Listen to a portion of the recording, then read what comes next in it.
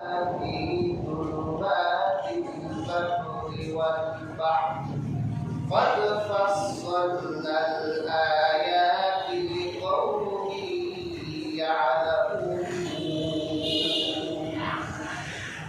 তিনি তো সেই সত্তা যিনি তোমাদের জন্য তারকা আদি তৈরি করেছেন যাতে জল আর স্থলের পথ তোমরা নির্ণয় করতে পারো।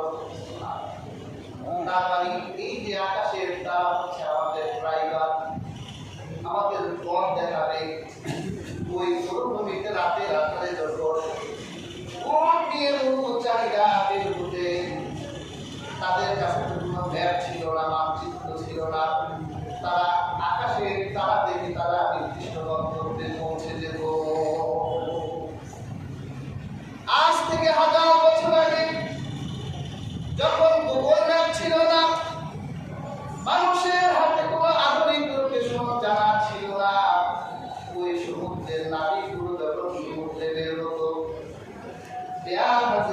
সমুদ্রে বের করে যখন তারা পানির খাদ্য চারদিকে পানি আর পানি, পথ দেখা যেত না, ওই সমুদ্রের নাবিকগুলো আকাশের তারা দেখে গন্তব্যে পৌঁছে যেত।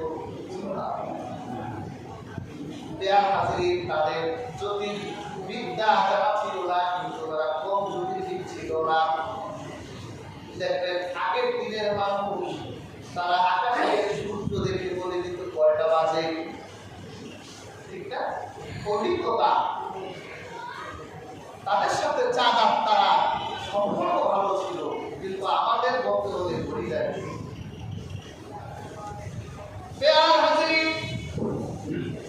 আল্লাহ পাক কোনো কিছু অযথা তৈরি করেননি, দিন রাত তৈরি করেছেন। আমাদের আল্লাহ বিপর্যয় থেকে বাঁচিয়েছেন। আর মাস গণনার জন্য, সময় গণনার জন্য আল্লাহ দিন আর রাতকে তৈরি করেছেন। আল্লাহ দিন রাতের এই পরিবর্তন দিয়ে 12টি মাস নির্ণয় করেছেন। সুবহানাল্লাহ। আল্লাহ কোরআনে বলেন, এর মধ্যে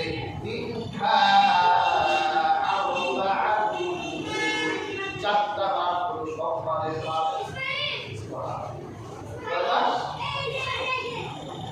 আল্লাহর হাবিব বিদায় হজ্জের ভাষণের দিন 4টি মাসের নাম বলে দিলেন।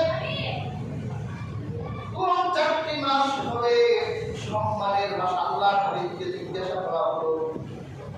আল্লাহ হাবিব সাল্লাল্লাহু আলাইহি ওয়াসাল্লাম বলেছেন 4টি সম্মানের মাস হলো, একটি হলো জিলকআদা, যেটাকে আমরা জিলকদ বলি, আরেকটা হলো জিলহজ, বর্তমান জিলহজ মাস, আর পরের যে মাসটা আসবে এই মাসটা হলো মুহররম, আর আল্লাহ হাবিব বলেছেন রজব।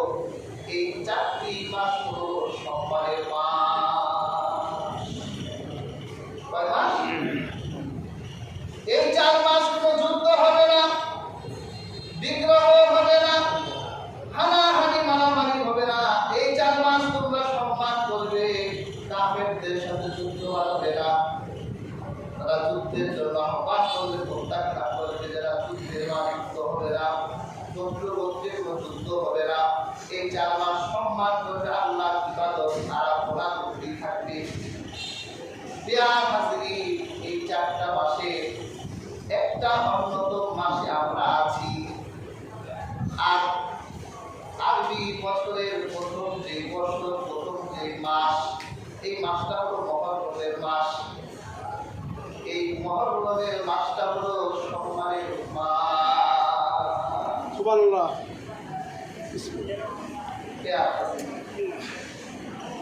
এই মুহররমে রোজা আল্লাহ হাবিব বলেছেন রমজানের রোজার পরে সবচেয়ে গুরুত্বপূর্ণ রোজা।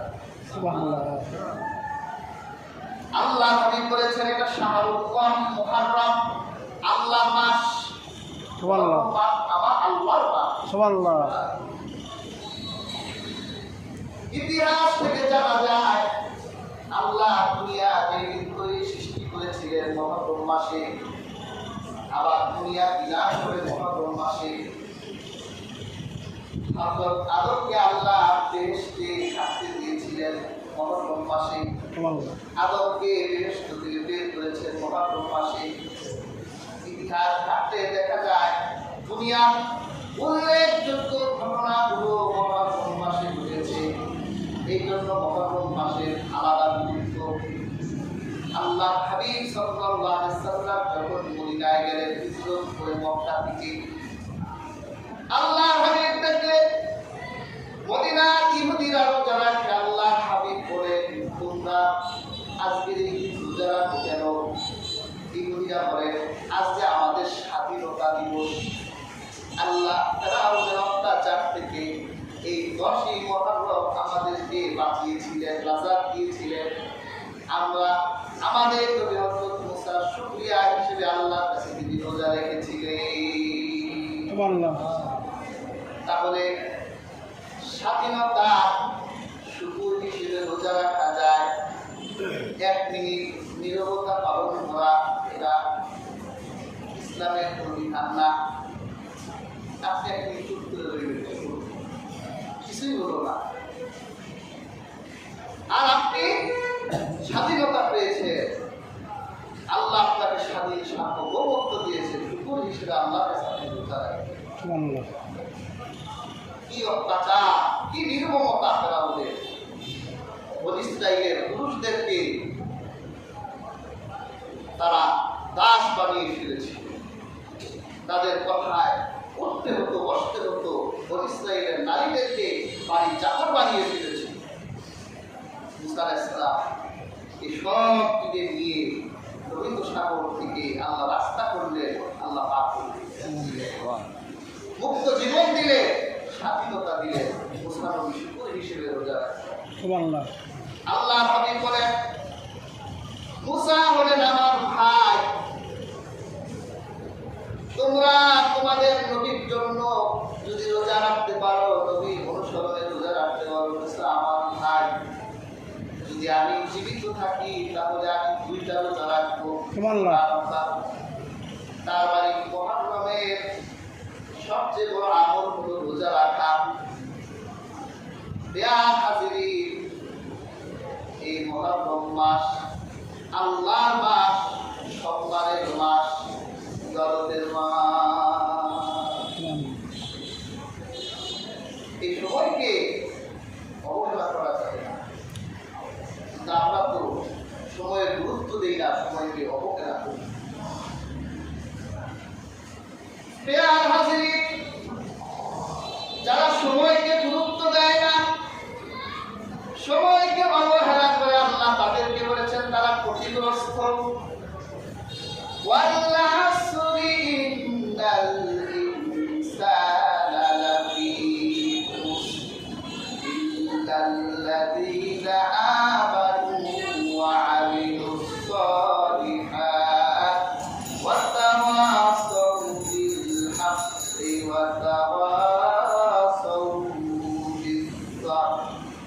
আল্লাহ পাক বলেন সময়ের কত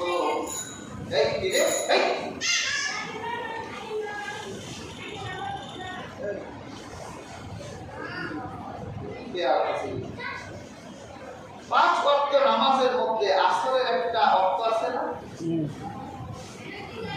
মুফাসসিররা বলেছে আল্লাহ আসরের কসম করলেন কেন? অনেকে আসরের অর্থ করেছেন সময়, সময়ের কসম। বুঝাতে চেয়েছেন 24 ঘন্টা সময়ের মধ্যে যখন আসরের সময় এসে যায়, আকাশের রং তখন আর সাদা থাকে না, হলুদ হয়ে যায়।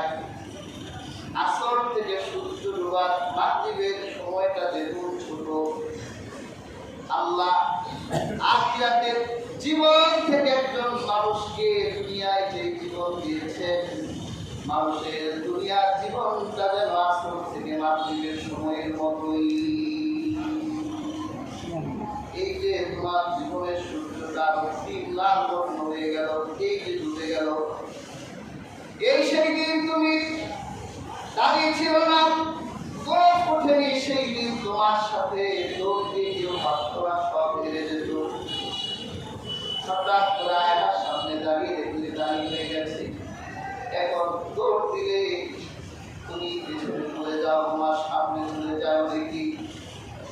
সেই দিনে তোমার দাড়িগুলো কালো ছিল, আয়নার সামনে দাঁড়িয়ে তুমি দেখো তোমার দাড়িগুলো সাদা হয়ে গেছে। সেই দিনে তুমি যা খেতে তাই পছন্দ করতো, আজ যাই খাও কিছুই পছন্দ হয় না। সব ঘটনা যেন তোমার কাছে সেই দিনের মনে হয়, ওই দিনেরই মনে হয়। এই তো ওই দিন, কিন্তু সময় তো ফুরিয়ে গেল। মনে হলো যেন আসর থেকে মাগরিবের সময়ের মতো এই সামান্য সময়, পেয়ার হাজিরি এই সময়টি অবহেলা করা যাবে না। যেই হয় যাই হোক তোমাকে চলে যেতেই হবে। কাজে এই সময়কে মূল্যায়ন করতে হবে। আজ তো আমরা সময়কে মূল্যায়ন করি না, হেলায় হেলায় অবহেলায় সময়গুলো নষ্ট করে দিচ্ছি। কিভাবে 12টি মাস চলে যাচ্ছে টেরও পাচ্ছি। আর কত উন্মাদনায় আমরা আজ ব্যস্ত। করে উন্মাদনায় সবাই আমি এই দল, আমি এটা। আমাদের দেশে ফুটবল নিয়ে যে উন্মাদনা পাগলামি হয়, যারা ফুটবল খেলে তাদের দেশে উন্মাদনা পাগলামি। পৃথিবীর ওয়ার্ল্ডের একটি দেশ হচ্ছে জাপান। কি বলেন, জাপান ফুটবল খেলে না? কিন্তু পৃথিবীর এমন একটা দেশ যেই দেশের স্টেডিয়ামের গ্যালারিতে আপনি জাপানের মানুষ শিক্ষা দেখবেন।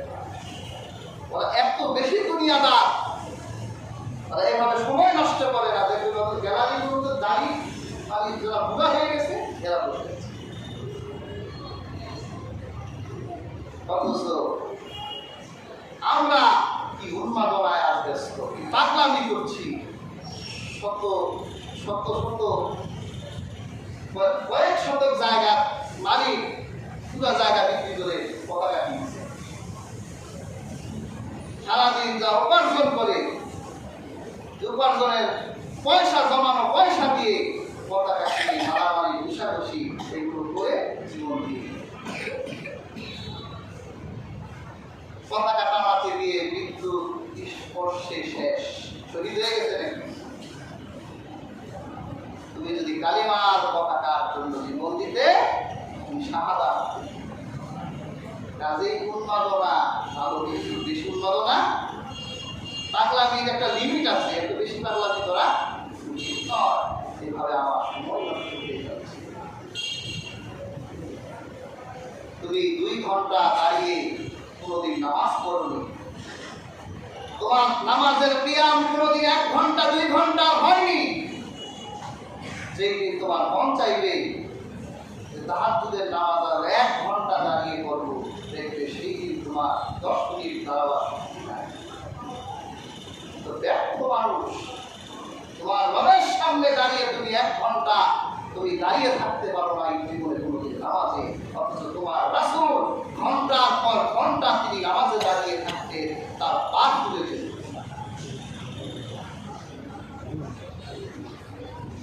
হযরত মা আয়েশা বলেন,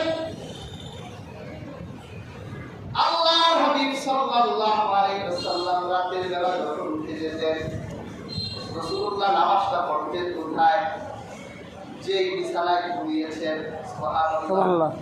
আর আমাদের বিছানাগুলো থাকে লম্বা, আর রাসূলুল্লাহ বিছানাকে উঠছিল। নামাজের পর্যাপ্ত জায়গা ছিল না, আমাদের ফোনের অভাব নাই, কিন্তু নামাজ পড়ি না। আমাদের সেই নিজে থেকে নামাজ পড়বো এই চিন্তা চেতনা আমাদের মধ্যে নেই। আল্লাহ হাবিব সাল্লাল্লাহু আলাইহি সাল্লাম যখন তাহাজ্জুদের নামাজে দাঁড়িয়ে যেতেন, রাতের নামাজে দাঁড়িয়ে যেতেন, আল্লাহ হাবিব সাল্লাল্লাহু আলাইহি ওয়াসাল্লাম তো দীর্ঘ সময় কিয়াম করতেন, দাঁড়িয়ে থাকতেন। হযরত মা আয়েশা বলেন, আমি বিছানার মধ্যে ঘুমিয়ে বিপদ হয়ে যেতাম যে রাসূলুল্লাহ যেখানে সিজদা দিবেন আমি ওই দিক চলে যেতাম। যখন রাসূলুল্লাহ রুকু করে সিজদায় যাবেন, আর আমি আল্লাহর হাবিবের শেষদার জায়গায় ঘুমাচ্ছি। আল্লাহ